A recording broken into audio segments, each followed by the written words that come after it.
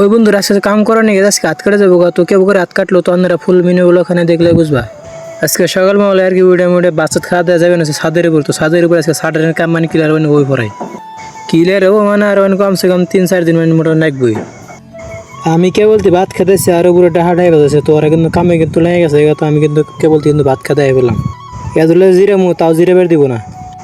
তো আমরা কিন্তু কাম কিন্তু ভাগ করে নিছি, তো আমি আর একটা চাষা তো সার রিং খুলতেছে আর ওরা যেটি আছে একটু উপরে উঠছে, তো ওই আর এক সাইডে লাগা লাগবো। তো আঙ্গের চাষা মানে আব্দুল্লার কাম করবো আর আব্দুল্লাহ ঠান্ডা খেয়ে যাবো, তো মানে আজকে মানে পুরো রোদ উঠছে, তো এটা হলো চাষা আঙ্গের।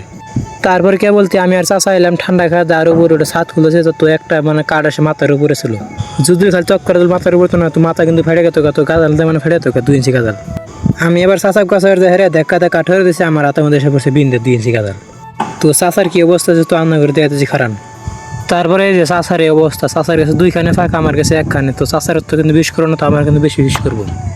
তারপরে আবার হেলে 8টা হলে বান্ধে আবার কামে নিয়ে গেছে, তো এখন কিন্তু আবার হরের নাম তো 3টা কিন্তু মোরা কিন্তু বাইজে কিন্তু এসে পড়ছে, তো আর 2 ঘন্টা কাম করলে কিন্তু হাজিরা সই।